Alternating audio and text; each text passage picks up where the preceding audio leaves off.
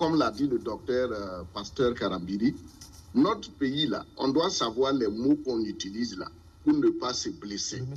Moi, je suis sociologue, la notion de concept m'est chère. Sous Blaise Compaoré, on parlait d'arrestation arbitraire. Sous le président Ibrahim Traoré, on parle maintenant d'enlèvement et personne ne parle. Mais comme le gouvernement même pêche par un problème de conceptualisation, on laisse faire. Avec la presse, ces discours stigmatisants. Et ce sont ces concepts-là qu'on rassemble, on met dans des rapports et ça permet aux organisations internationales d'intervenir directement dans les affaires intérieures des États africains. Il n'y a pas d'enlèvement au Burkina Faso. Moi, je ne discute pas d'enlèvement. Et ici, il faut aller dire quoi? Il faut avoir peur plutôt de ce dont on a accusé les gens, de savoir qu'au XXIe siècle, les Africains, on doit se donner à ce spectacle où des Africains décident de tuer leurs frères parce qu'ils sont bien. C'est ça qui fait peur. La justice, telle que nous l'abordons, il n'y a pas de morale dedans. On ne pourra pas atteindre ce que nous rêvons dans nos sociétés, pas du tout. Et à ce niveau, je dirais, il faut féliciter le président Ibrahim Traoré. Il faut bien le féliciter. Connaissons notre histoire. Il n'y a pas longtemps dans ce pays, j'ai des aînés sur ce plateau. Quand on dit coup d'État, le temps que vous n'apprenez qu'il y a coup d'État, on a déjà tué les gens. C'est les morts, on annonce. Mais ces jeunes-là, quand ils sont venus au début, sur ce plateau, j'ai prévenu les intellectuels. Il ne faut pas radicaliser ces jeunes. Il faut donner les idées. Aujourd'hui, voilà que nous aboutissons à des procès, à des débats judiciaires. Moi, j'aime ça. Parce qu'on n'est pas atteint la violence. On n'a pas vu qu'on a tué quelqu'un. On n'a pas vu qu'on a enlevé quelqu'un. Maintenant, là où se pose le problème, dans l'affaire Adja, j'ai dit ici, l'ANR doit agir en tant qu'institution régalienne de l'État. Dès que les services de renseignement arrêtent quelqu'un, pour moi, tout doit être clair. Vous arrêtez la personne, vous dites c'est le lieutenant, le caporal, le capitaine, un tel, on vous arrête, c'est les services de renseignement.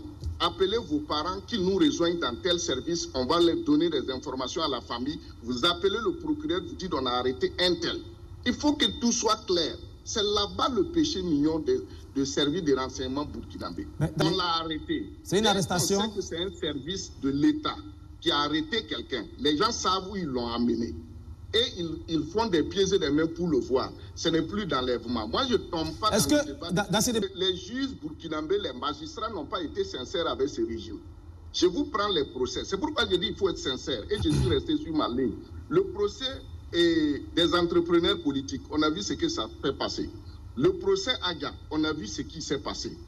Tout dernièrement, l'affaire Adama Sidjiri, on sait ce qui s'est passé. Le magistrat qui a enlevé son pistolet, pointé sur un DG de police, on a vu ce qui s'est passé.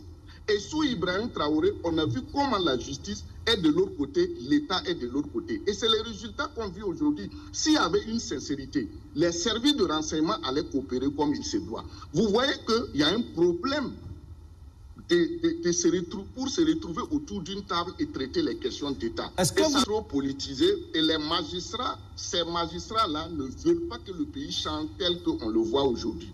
Parce que si la justice voulait que le pays change, ils allaient utiliser la volonté politique du président Ibrahim Traoré pour pouvoir réformer la justice, changer et rendre justice à ce peuple.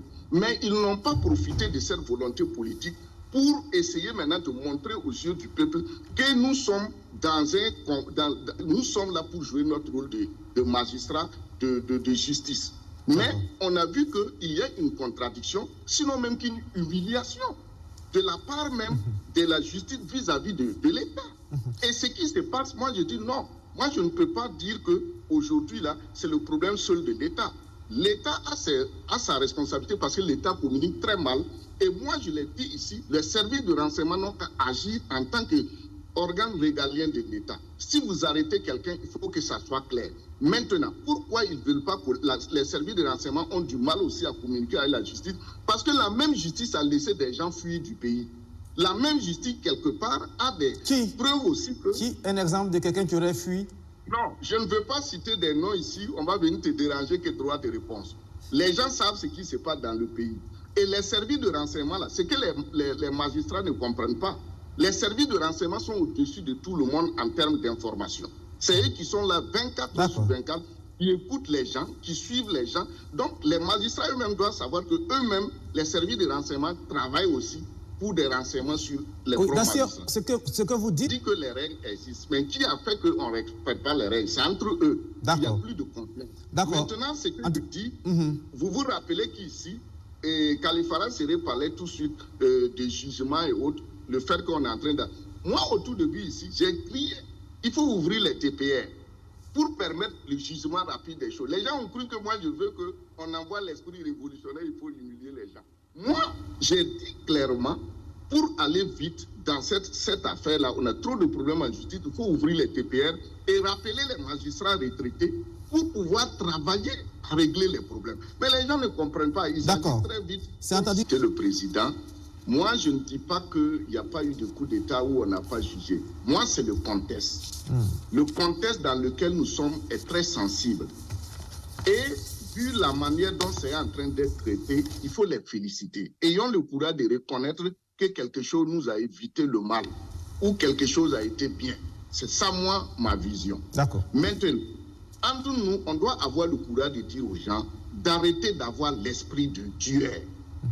Aller s'organiser pour tuer quelqu'un, moi, c'est une chose que je ne pardonnerai jamais. Je suis civil, mais c'est des choses, moi, je ne pardonnerai pas ça. Il ne faut pas aller tuer l'homme parce que tu veux l'argent ou bien le pouvoir. Ce qu'on a connu en 2015 a été catastrophique, où des gens ont perdu la vie pour rien, pour des questions de pouvoir. Donc, ayons le courage de dire à des Burkinabés qui sont actuellement assis quelque part et qui pensent que le pays, là, on doit tuer des gens pour faire des coups d'État, d'arrêter. Le pouvoir, l'argent, ça va finir. Il ne faut pas qu'on se tue pour le pouvoir. L'Afrique a tué combien de ses leaders? Où sommes-nous aujourd'hui? Les Thomas Sankara, là, sont là, on cherche toujours leur corps. Les Lumumba, là, c'est une dent qu'on a pris à aller enterrer au Congo. Quand même. Pourquoi aujourd'hui s'asseoir, dire que c'est la justice, là? La justice, là, il y a des gens qui sont sincères. Mais pourquoi la justice, elle aussi, ne montre pas que non, ils sont là pour lutter? Maintenant, il nous faut des patriotes au pouvoir. Pourquoi l'Afrique doit se donner à ces spectacles? Et c'est l'élite toujours, ce n'est pas les paysans. Il nous faut des présidents patriotes. Et regardez tous les présidents qui ont eu des problèmes. C'est des patriotes. Et un dernier exemple, regardez ce qu'on est en train de faire à Dadis en Guinée. Dadis a fait quoi contre la Guinée? Mais c'est les mêmes manipulations de la justice, l'usage des mots, les questions des droits de l'homme. C'est pourquoi moi j'ai toujours dit ici... Vous finissez là-dessus. Voilà. Maintenant, et au niveau du tribunal militaire, l'information qu'ils ont donnée, il faut communiquer. Et c'est ce que nous voulons. Les gens n'ont qu'à faire des communications claires. Si on a arrêté quelqu'un, il faut communiquer. Il y a quelque chose, il faut savoir communiquer. Et moi, ce que je demande, pour rejoindre, en tout cas le Coros Kalifara Serré, tous les Burkinabés doivent se mobiliser pour que les jugements là soient publics et télévisés. S'il y a une loi, il faut la lever. On ne peut plus continuer à faire des procès dans des salles. Il faut qu'on voit de leur bouche comment les gens vont se défendre. Trop, c'est trop que dans un pays, on passe tout le temps comme ça. Il faut qu'on arrive à travailler pour que ces jugements-là soient publics. Tout le monde va voir ce qui s'est passé et chacun sera satisfait. Et je remercie M. Dada qui a donné le mot juste. Une arrestation peut être illégale. Et je suis d'accord avec son mot. Il y a peut-être des arrestations illégales. Mais c'est ce mot vraiment qui sied. Quand je tentais d'expliquer la question d'enlèvement. Donc je le remercie pour le mot juste qu'il a utilisé. La justice, là, il faut que les cadres de la... compter sur les Sénégalais pour unir l'Afrique. Je l'ai dit, je le maintiens. C'est une analyse historique et c'est l'histoire du Sénégal. C'est le Sénégal même qui est comme ça. Voilà, c'est pas que je les aime pas, je les respecte pas. Quand vous voyez un président sénégalais prendre son bâton de pèlerin en train de circuler, il a une lettre de mission française. Tous les présidents sénégalais qui finissent, ils sont employés par la France. Diomaye Faye est qui? Est-il le président en exercice de la CEDEAO? Toutes ces tournées, à peine être élu, le Sénégal a combien de problèmes internes? Eux-mêmes, ça a presque une soixantaine de morts. Ils parlent de ça. Il n'y a pas quelle misère à Dakar. L'affaire de la Sénégambie, l'affaire de la Casamance. Pourquoi ils ne parlent pas de ça? À peine élu, il a fait la Gambie et la Mauritanie, Guinée-Bissau, Gambie, Côte d'Ivoire, où il a réveillé le comité Miss Côte d'Ivoire, Sénégal. Ils ont réussi Paul Kagame, le Rwanda qui est venu les voir. Ils ont réussi Mélenchon.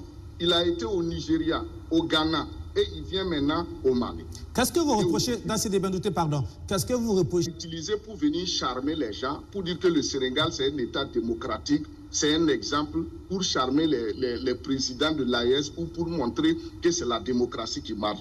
Et c'est pourquoi je dis, c'est pas le moment. Quand il est venu, son ministre des Affaires étrangères pouvait circuler pour prendre la température de la situation et venir maintenant, ils vont analyser la situation et voir. Mais ils ne l'ont pas fait.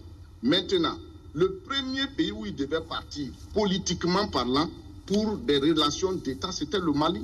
C'est avec le Mali que le Sénégal a eu des questions de frontières et ainsi de suite. Les autres pays, là, il y a quel problème avec la Mauritanie, avec la Gambie, avec la Guinée-Bissau.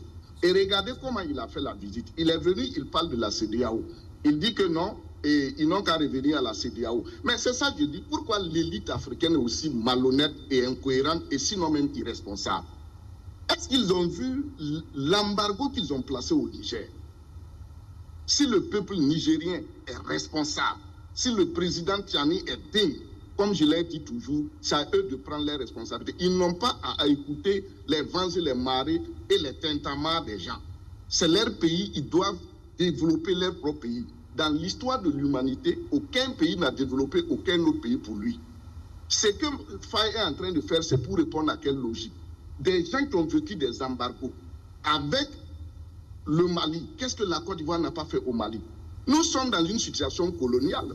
Moi, j'ai vu Faye comme autant colon où on envoyait un nègre aller mobiliser les autres nègres. Mais est-ce que vous voyez la situation de l'AES là? Nous sommes en guerre.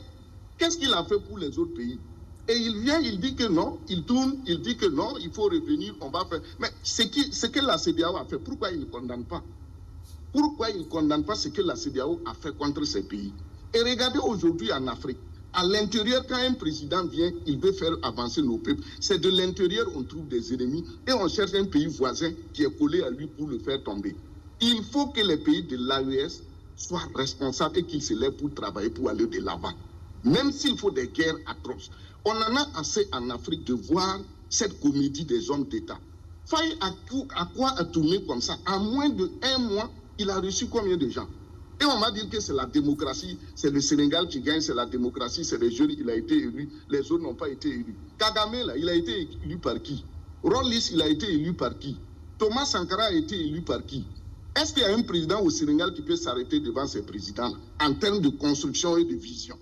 Non, arrêtons ça. Le peuple sénégalais souffre. La jeunesse s'est mobilisée pour les voter. Ils n'ont qu'à rendre justice au peuple qui a perdu 64 personnes. D'accord, merci Dacier. Merci. La tournée qu'il a faite là, c'est une tournée même au contraire qui met le Sénégal très mal à l'aise. Il faut se concentrer aux problèmes intérieurs. Mais et le ministre des Affaires étrangères que des Français ont appelé l'armée française à faire coup d'État à Macron. Des Français sont allés chercher la famille royale de France pour les installer au pouvoir parce que Macron, selon eux, est en train de rabaisser la France.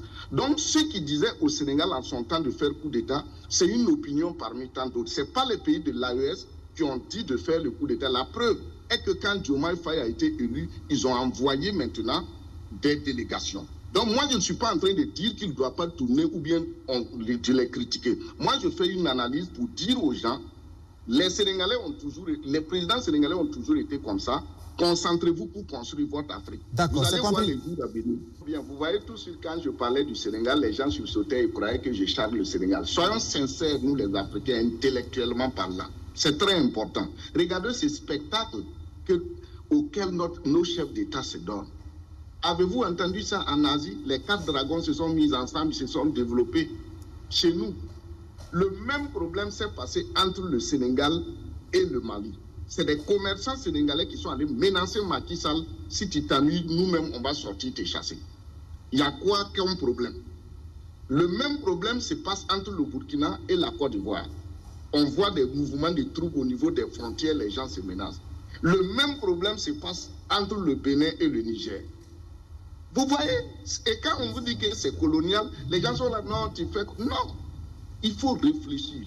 La France ne nous a pas appris, les Européens ne nous ont pas appris à faire le business.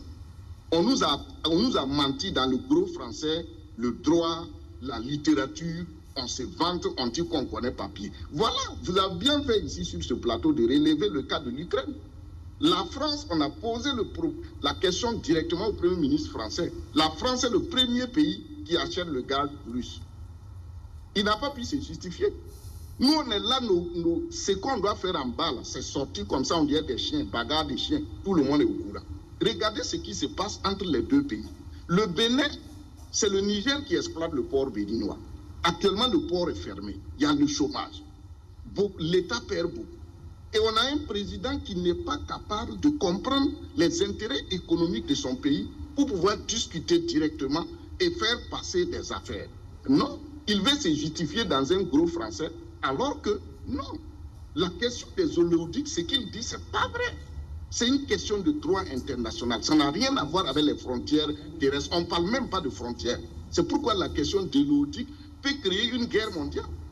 Parce que c'est plusieurs pays qui en bénéficient. Donc, à ce niveau, moi, je pense qu'il va falloir que la jeune génération africaine que nous sommes, on commence à cultiver la responsabilité.